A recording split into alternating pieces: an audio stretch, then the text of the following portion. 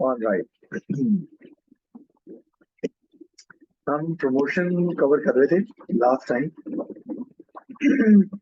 और हमने उसमें डिफरेंट जो एडवर्टाइजिंग मीडिया थे उनको डिस्कस किया था, उनके advantages and disadvantages, right?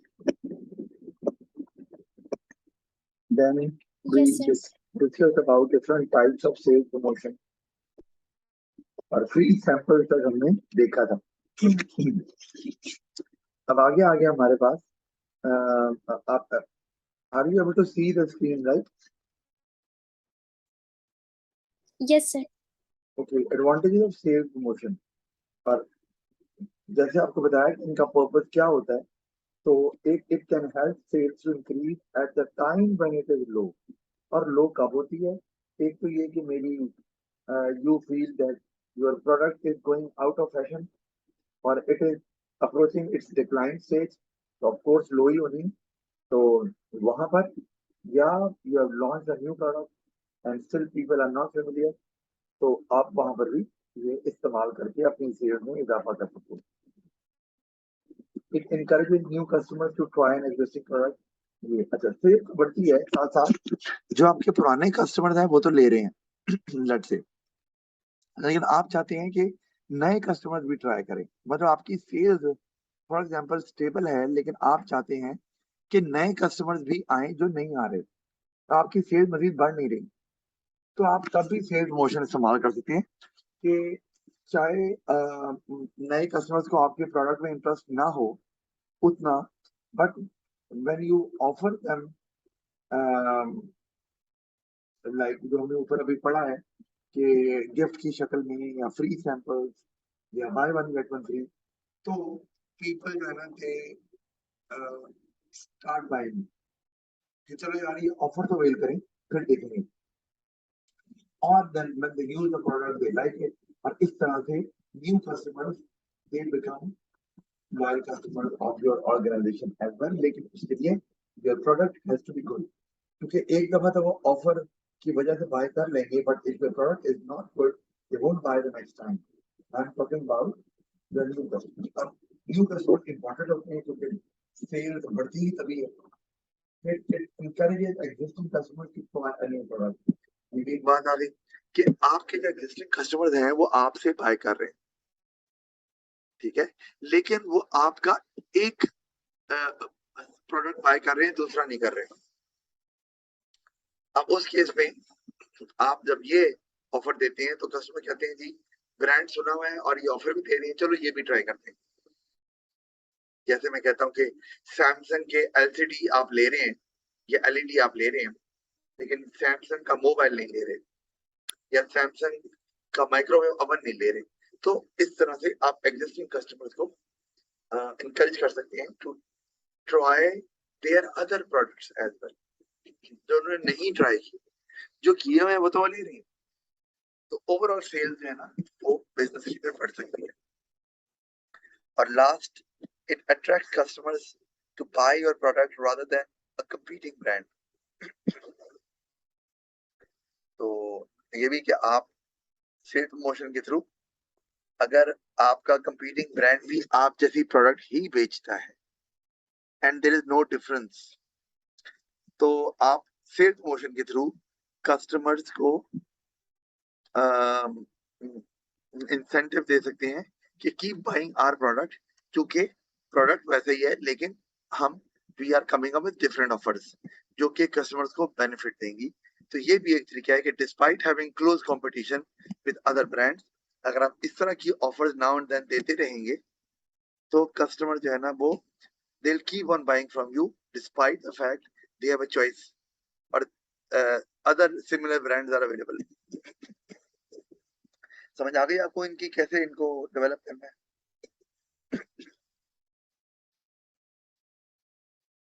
Right? मेरी बात आ रही है ना? आगे चलते हैं, आगे हमारे पास। Yes, sir. सर पीछे में बहुत अटक रही है आपकी आवाज। अच्छा, मैं फिर आपको ना इसकी भी वीडियो भेज दूंगा, आप देख लेना जहां से मिस हुआ है। हम अभी आगे चलते हैं। सेल्स प्रमोशन हमने पढ़ लिया। अब हम आपको पढ़ा था हमने कि promotion has 4 elements and we call them together as promotional mix. उसमें हमने advertising पढ़ लिया, उसमें हमने sales promotion पढ़ लिया.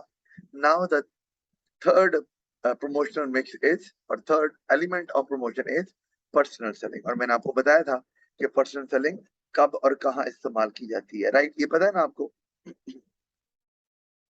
यहाँ Yes, पर sir. बहुत एक्सपेंसिव या टेक्निकल है और आपको एक्सपर्ट एडवाइस चाहिए, डिटेल्ड इंफॉर्मेशन चाहिए, तो वहां पर आपको एक सेल्स रिप्रेजेंटेटिव चाहिए who can guide you which item is the most suitable for you when you are unclear, because either the product is very expensive और आप एकदम से लेना नहीं चाह रहे, पहले सोचना चाह रहे हो, कोई मशवरा दे, या प्रोडक्ट जो है वो बहुत टेक्निकल है, you are not able to decide the quality of the product. फिर पब्लिक रिलेशन, ये भी मैंने आपको बताया था, PR. इससे पब्लिक अवेयरनेस और गुड ब्रांड इमेज क्रिएट होता है. और इसमें स्पॉन्सरशिप है, समटाइम्स आप डोनेट भी करते हैं कि हुआ भी ऐसे कि पेप्सी जो है वो नॉर्दर्न एरियाज में फूड की सप्लाई दे रहा है जहां पर शॉर्टेज हो गई है, तो ये भी एक तरीका है गुड नेम स्प्रेड करने का. स्पॉन्सरशिप तो आप समझती हो.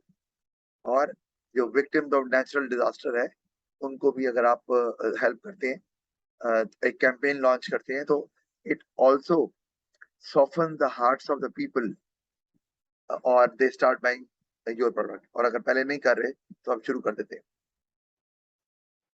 तो ये समझ आती है ना आपको? Yes, sir. ऑलराइट. फिर हमारे पास कस्टमर सर्विस है और ये ऑफ कोर्स कस्टमर की हेल्प के लिए होती है. जैसे आपके पास हेल्पलाइन है, आपकी इंटरनेट सर्विस प्रोवाइडर है, आपका केबल नेटवर्क है, आपका सेल फोन है, मोबाइल नेटवर्क है, तो आपको जब भी कोई इशू आता है आप हेल्पलाइन कॉल करते हैं. Even if you buy a television or a washing machine or something like that, helplines are always there which guide customers in case of an issue. तो अगर छोटा मोटा इशू है तो वो शायद वहीं पर सॉल्व कर लेते हैं और इशू नहीं होता. अब जैसे तो ये कस्टमर सर्विस जो है ये बहुत ज्यादा इंपॉर्टेंट है क्योंकि ये आपको बाद में हेल्प करती है आफ्टर बाइंग द प्रोडक्ट. जैसे मैंने ना कार खरीदी तो कार का पिछला दरवाजा ना लॉक, मतलब खुलता नहीं था अंदर से. मैंने कहा पता नहीं यार, नई गाड़ी ली है, लॉक खुल क्यों नहीं रहा अंदर से. बहरहाल मैंने कॉल किया फिर कस्टमर सर्विस पे. उन्होंने मुझे फिर ये बताया कि सर पिछले दरवाजों में चाइल्ड लॉक लगा हुआ है और उसका बटन यहाँ होता है. और फिर मैंने आसानी से वो बटन उसको अनलॉक किया और दरवाजे अंदर से खुलना शुरू हो गया. तो कोई नुक्स नहीं था. तो this is how customer service benefited me. और मुझे जाना नहीं पड़ा, हैसल नहीं करनी पड़ी. तो कस्टमर सर्विस जिन बिजनेस की अच्छी होती है तो of course customers like to buy their products और दूसरों को भी रेफर करते हैं उन्हीं प्रोडक्ट्स को, क्योंकि आप प्रोडक्ट तो ले लेते हैं. अच्छा, असल चीज होती है अगर प्रोडक्ट में कोई प्रॉब्लम आ जाए या आपको कोई इशू आ जाए, जो कि हो जाता है, इट्स क्वाइट कॉमन, तो how are they able to tackle it, how are they able to answer the questions of the customers और how serious they are in resolving the matters of the customers. ना normally तो ये होता है कि आपने जब तक बाय कर रहे हैं सर करेंगे, मैडम मैडम करेंगे, बाय कर लिया उसके बाद पूछते नहीं, तो ये एक्चुअली बेवकूफी है. व्हेन दे वोंट, वो कहेंगे सेल तो हो गई, उन्हें ये नहीं पता कि सेल तो हो गई है, आगे सेल नहीं करनी, नए कस्टमर नहीं बनाने. तो ये कस्टमर 10 और कस्टमर को बताएगा इनसे ना लेना, दे have a very poor customer service. तो ये इंपॉर्टेंट है. अच्छा, लेकिन ये याद रखना है कि कस्टमर सर्विस आप सर्विस से डिफरेंट है because you don't pay for it. जैसे मैंने को पे थोड़ी किया. तो जैसे आप कभी आपने हवाई जहाज में सफर किए? Yes, sir. अच्छा, गुड. चले, तो हवाई जहाज में सफर किया तो वहां पर आपने कोई आपको इशू है, कोई चीज चाहिए, तो आपने बटन प्रेस किया, एयर होस्टेस आ गई और आपने वहां पर जो भी फूड है या ड्रिंक है या जो भी इशू है वो रिजॉल्व हुआ. तो क्या हम इसको कस्टमर सर्विस बोल सकते हैं? That is my question. Yes. Actually it is not a customer service. क्यों? कहने को है कस्टमर है, सर्विस ले रहा है, कस्टमर सर्विस ऐसे नहीं होती. कस्टमर सर्विस जैसे मैंने लिखा है, it is not part of the price you pay. It is not included in the price of the product.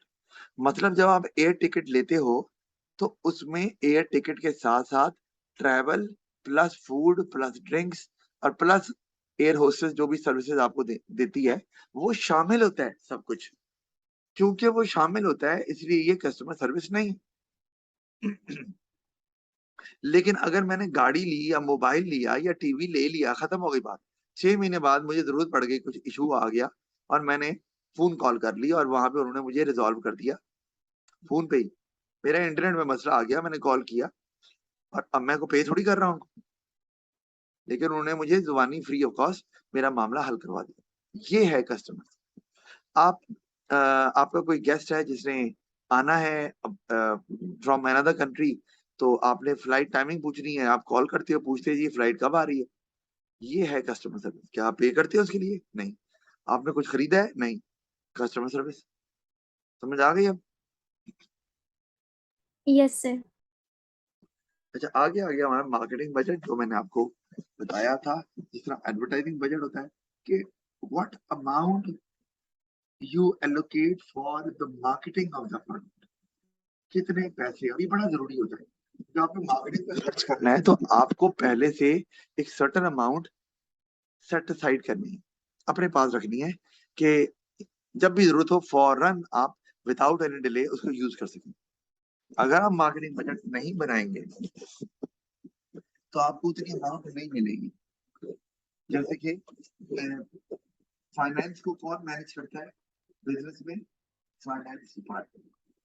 तो आपने फाइनेंस डिपार्टमेंट को नहीं बताया हुआ कि मेरा इतना मार्केटिंग बजट है, मुझे इतनी अमाउंट चाहिए होगी, तो फाइनेंस डिपार्टमेंट ने आपको फंड रिलीज नहीं किए, अचानक आपको पैसों की जरूरत पड़ गई तो एडवर्टाइजमेंट के लिए फर्ज किया, तो आप रिक्वेस्ट करते हैं फाइनेंस डिपार्टमेंट से और फाइनेंस डिपार्टमेंट कहता है सर हमें नहीं पता था कि आपको इतने फंड चाहिए, तो at the moment we are unable to release the funds, और कुछ वक्त लगेगा, तो उससे तो आपका डिले आ जाएगा, प्रॉब्लम होगी। आप एडवर्टाइजमेंट नहीं दिखाएंगे या आप वो सडन एक्शन नहीं लेंगे, आप कॉम्पिटिटर से पीछे रह जाएंगे और you might lose your important customers as well. तो मार्केटिंग बजट ये करता है कि वो चूंकि within coordination with other departments होता है, फाइनेंस डिपार्टमेंट को ऑलरेडी पता होता है कि मार्केटिंग डिपार्टमेंट का इतना बजट है, तो वो पहले से ही एक अमाउंट मार्केटिंग डिपार्टमेंट को दे देते हैं या साइट पर रख लेते हैं, और that is readily available to marketing department. तो ये एक बहुत बड़ा फायदा है, ताकि जो स्मूथ ऑपरेशन है मार्केटिंग डिपार्टमेंट के, दे रिमेन कंटिन्यू, तो they are able to run their department. अच्छा, एक बात जो आपको पता होनी चाहिए वो है कॉस्ट इफेक्टिवनेस।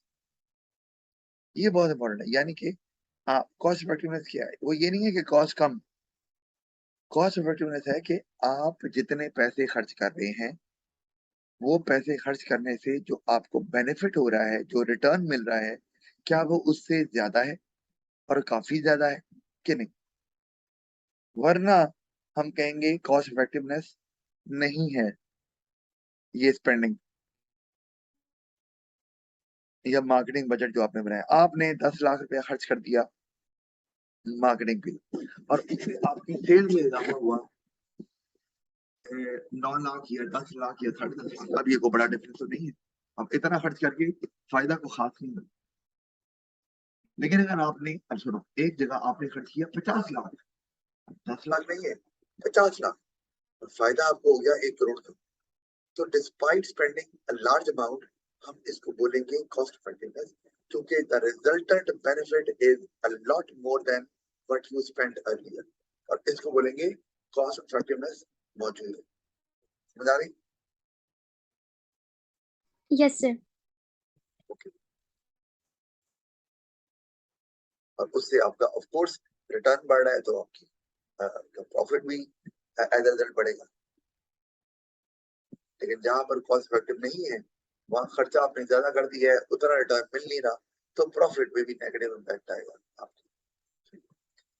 आगे आ गया हमारे पास factors to be considered before selecting the method of promotion to be used. यानी कि जब आपने ये यूज करना है कि प्रमोशन का कौन सा मेथड इस्तेमाल करना है, तो आपको कौन से फैक्टर्स को कंसिडर करना है। देखिए, सबसे पहला फैक्टर है मार्केटिंग बजट। भाई पैसे क्या हम ये अफोर्ड कर सकते हैं? फर्स्ट किया, you run an ordinary shop और आपका बहुत ही लिमिटेड बजट है, 10,000, 20,000, 25,000, तो can you launch an advertising campaign on a national TV channel? क्या ख्याल है? नो नो, आपका बजट ही नहीं, तो आप करोगे तो बेड़ा गर्क हो जाएगा आपका। आपको ये सोचना है पहले तो बजट कितना है, हम अफोर्ड कर सकते हैं कि नहीं। ये नहीं देखना कि यार ये प्रमोशनल मेथड बहुत अच्छा है, इससे बहुत सेल्स होती है, और भाई सेल्स करने से पहले पैसे खर्च करने हैं, और वो आपके पास अगर नहीं है तो you would go into financial crisis deep down. तो सेल्स तो बाद में होगी, आपका बिजनेस पहले बंद हो जाएगा। फिर आ गया stages of the product life cycle, ये भी इंपॉर्टेंट है। Promotion done is different at different stages. मुझे एग्जांपल दोगी जरा? जैसे अगर इंट्रोडक्शन स्टेज है तो प्रमोशन पे ज्यादा खर्च करना है कि कम, और और किस किस्म का मेथड इस्तेमाल करना चाहेंगे, बताओ जरा।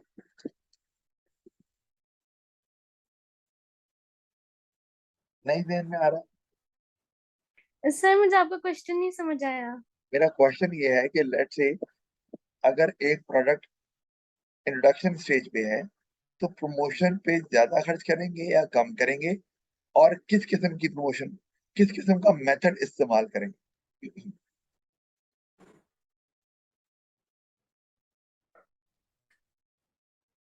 पॉइंट नंबर 2 है ना, stages of product life cycle. तो भाई अगर इंट्रोडक्शन स्टेज पे है तो आपको प्रोडक्ट को पहले फेमिलियर करवाना है, तो एक तो बजट ज्यादा चाहिए होगा, दूसरा आप एडवर्टाइजिंग इस्तेमाल करेंगे, और एडवर्टाइजिंग के थ्रू आप चाहेंगे कि जल्दी से जल्दी आपका ब्रांड नेम स्प्रेड हो। फिर आप सेल्स प्रमोशन भी इस्तेमाल कर सकते हैं, ताकि आप एटलीस्ट लोग जो हैं they give it a try to your product, और वो लेना शुरू करेंगे तो पसंद आएगा ना। तो ये आप कर सकते हैं। इंफॉर्मेटिव एडवर्टाइजिंग, अच्छे चैनल्स पे जहां पर आप डिटेल्ड इंफॉर्मेशन दे सकते हैं और वाइडर ऑडियंस मौजूद है, ये हो सकता है। फिर जिस तरह नेचर ऑफ द प्रोडक्ट, ये भी इंपॉर्टेंट है कि commonly use by large number of people और नॉट, लोकल और नेशनल। आपका बिजनेस क्या है? Do you have branches all over the country, और you have one particular shop और two shops in one of the region? तो अगर ऐसे है फिर तो आप लोकल न्यूज़पेपर या पैम्फलेट या बैनर वो इस्तेमाल करोगे, और अगर आपकी branches all over the country हैं तो फिर आप national TV, national newspaper, even internet, social media इस्तेमाल कर सकते हैं। बजट भी ज्यादा होगा। फिर nature of the target market, आपकी टारगेट मार्केट किस तरह की है, आप किस सेगमेंट को टारगेट कर रहे हैं, young, old, high income group, low income group, और उस हिसाब से आपने फिर चूज करना है। अगर हाई इनकम ग्रुप है तो pamphlets, banners, leaflets, they are not the options available, image को खराब करेंगे। तो फिर आपको वहां पर सोशल मीडिया, इंटरनेट, टीवी ये इस्तेमाल कर सकते हैं। लो इनकम ग्रुप के केस में आप पैम्फलेट वगैरह इस्तेमाल, बैनर वगैरह इस्तेमाल कर सकते हैं, क्योंकि उसमें इमेज का इशू नहीं है। आप तो ऑलरेडी लो क्वालिटी आइटम बेच रहे हैं लो प्राइस पे टू लो इनकम ग्रुप्स। इस तरह यंग और ओल्ड ये भी डिपेंड कर रहा है कि आपने किस किस्म के मेथड्स इस्तेमाल करने हैं प्रमोशन के। ओल्डर पीपल क्या चीज देखना पसंद करते हैं, किन एरियाज को विजिट करते हैं, और यंगर जनरेशन वो किस किस्म के इवेंट्स को सपोर्ट करते हैं, चैनल्स को सपोर्ट करते हैं, एरियाज को विजिट करते हैं। जैसे अगर मैं कहता हूँ बिजनेसमैन, तो बिजनेसमैन जो है उनके लिए बेहतर जो एडवर्टाइजिंग प्लेसेस होंगी या मेथड होगा वो है रेस्टोरेंट्स, एयरपोर्ट्स, क्योंकि वो ट्रैवल करते हैं, रेस्टोरेंट्स में रहते हैं, वो बेहतर है। तो यंगर जनरेशन है तो यूनिवर्सिटीज के बाहर, स्कूल्स के बाहर हो सकती है प्रमोशन। आप स्टॉल लगा सकते हैं कि जी ब्रांड आ रहा है एक स्कूल में या एक कॉलेज में, क्योंकि वहीं पर यंगर जनरेशन मिलनी है आपको, और वो अपना एक प्रमोशनल कैंपेन लॉन्च कर रहे हैं एक स्कूल में या कॉलेज, या कोई कॉन्सर्ट लॉन्च कर रहे हैं और उस कॉन्सर्ट को चूंकि वो किसी कॉलेज में ऑर्गेनाइज किया जा रहा है या स्कूल में, तो उसको स्पॉन्सर कर रहे हैं, एक ब्रांड स्पॉन्सर कर रहा है, ताकि यंगर जो पॉपुलेशन है उसको अट्रैक्ट किया जा सके। फिर आ गया cultural and and religious consideration, ये भी इंपॉर्टेंट है, इसको देखकर आपको करना है। जैसे कि आप प्रमोशन अगर करनी है तो लोगों के रिलीजियस सेंटिमेंट्स हर्ट नहीं होने चाहिए, तो उनके कल्चर के अगेंस्ट नहीं होना चाहिए। अब जैसे जो बीफ है, बीफ मतलब काउ मीट, अब उसकी एडवर्टाइजमेंट आप मैस मीडिया पे यानी कि न्यूज़पेपर पे, टीवी पे, सोशल मीडिया पे इन इंडिया नहीं कर सकते, क्योंकि देर आर आप कह लें कि रिलीजियस पीपल जो कट्टर होते हैं वो दे डोंट लाइक दैट, क्योंकि वो उनके यहाँ गाय को पूजते हैं और उनके यहाँ ये एक बहुत उनके रिलीजियस सेंटिमेंट्स को हर्ट करने वाली बात। तो use some other methods, buy one get one या कोई और, लेकिन आप मैस मीडिया एडवर्टाइजिंग इस तरह से इस्तेमाल ना करें, बहुत ज्यादा बेहतर है। तो ये भी आपको देखना है। इसी तरह कल्चर को आपने कंसिडर करना है, मतलब आपकी अगर आप एडवर्टाइजमेंट करना चाह रहे हैं तो उसमें family touch, family love, family belongings होनी चाहिए, क्योंकि हम इकट्ठे रहते हैं फादर मदर के साथ, बहन भाइयों के साथ भी रहते हैं, बाहर ऐसे नहीं होता, वहां पर कल्चर डिफरेंट है। वहां अगर आप फैमिली टच, फैमिली बिलोंगिंग या फैमिली लव दिखाएंगे तो they won't take care of it, और बल्कि अच्छा इंप्रेशन नहीं जाएगा। खातून कहेंगी कि भाई आप एक एड में दिखा रहे हैं mother is serving the whole family, अब ये it is not like in European countries.